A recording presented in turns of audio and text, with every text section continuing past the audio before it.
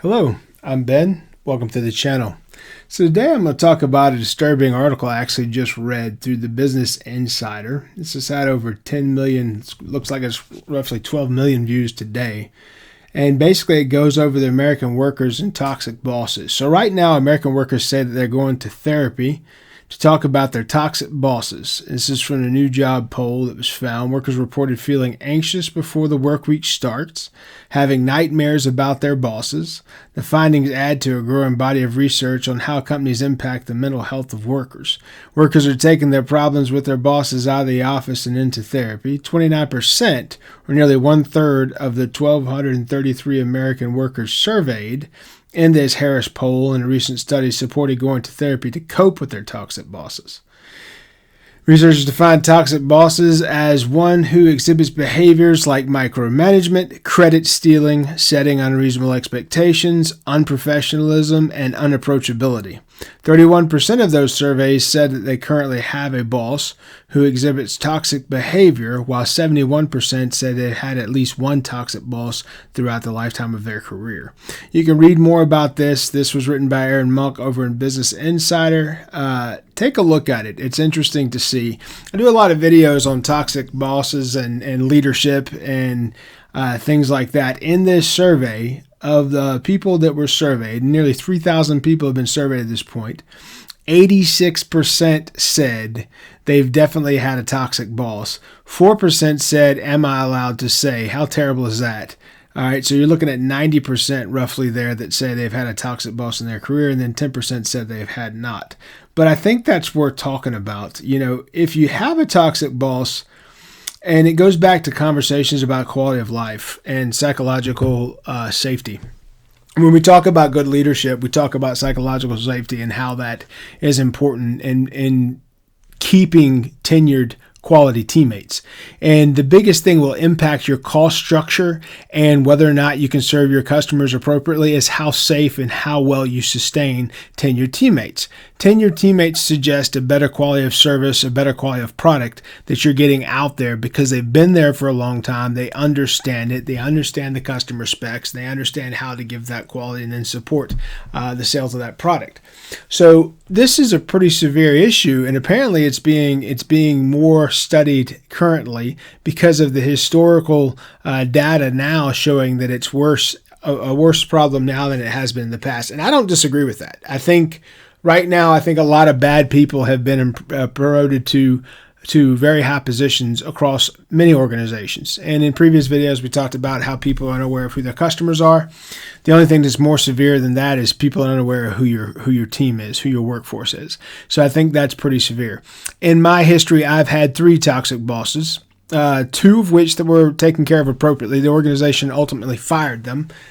Just because of the toxicity and the fact that they had teams that constantly turned over. And the most recent toxic boss, it was exactly as the article said. This was a person who was a micromanager. They argued with 100% of your solutions. They hire you to come in to be a person that fixes problems that they've had. And they've had a tenure of these problems.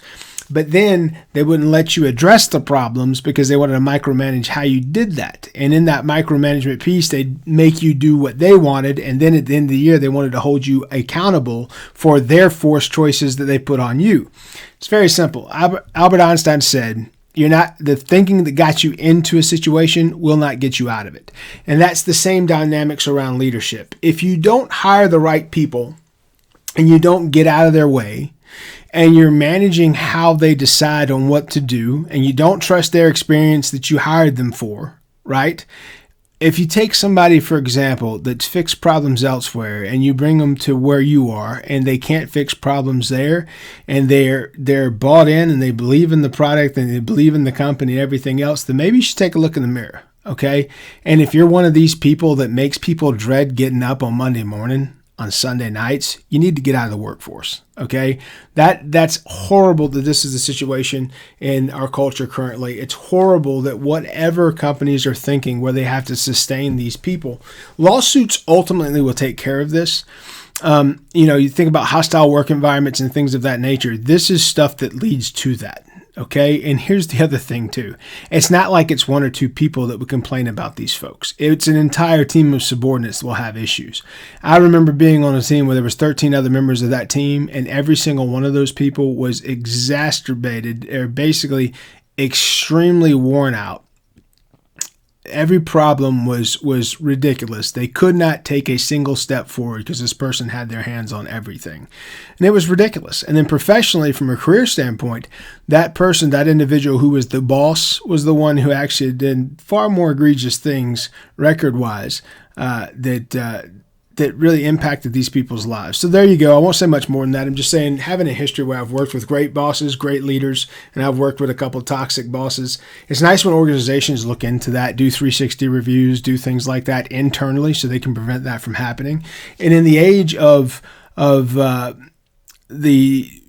new thought process around everyone belongs and all that, diversity and inclusion, everything else, this unfortunately is getting dismissed because you're focusing more on diversity and inclusion than you are on how you're actually taking care of your existing teams. The problem like that is if you're thinking about numerical value from a race standpoint or something like that, and you're not thinking about how you're taking care of the ones that already are there, holding your doors open, that's an issue. Because if you're not focused on that quality, you will never keep those people. And it doesn't matter what you bring in to make your metrics. Ultimately, you're not going to do that because your people are going to go away. So brief video on that. It's a really severe situation that's going on across all industries right now, and it is a trend that's starting to get some study. Psychological studies in business are pretty great. If you look into industrial and organizational psychology, if you look on LinkedIn or you look online, you can see some great articles like this around some of this to help you contest that in your companies. If you're an entrepreneur, though, this is something you need to be very aware of. If you're an entrepreneur, your people might not be talking to you because you're the top seat. You're the boss, right? So you may not know that these things are going on. You may not need to know if you need to look in the mirror around some of your habits, because if you're micromanaging all your people, you may be that toxic boss. So it's something that you need to look at that self-assessment in the eye and see if that's the case, and see if that's something you're struggling with. And if you're in a business where you have a toxic boss and you see that they've been there for quite a while, then maybe it's time for you to look somewhere else. Because historically, at companies that support that and where that is allowed to prosper, it's not going to change anytime soon. So that's my 2 cents. I'm Ben. I hope you enjoy this content. If you do, please like and subscribe. Otherwise, be good. Have a great day.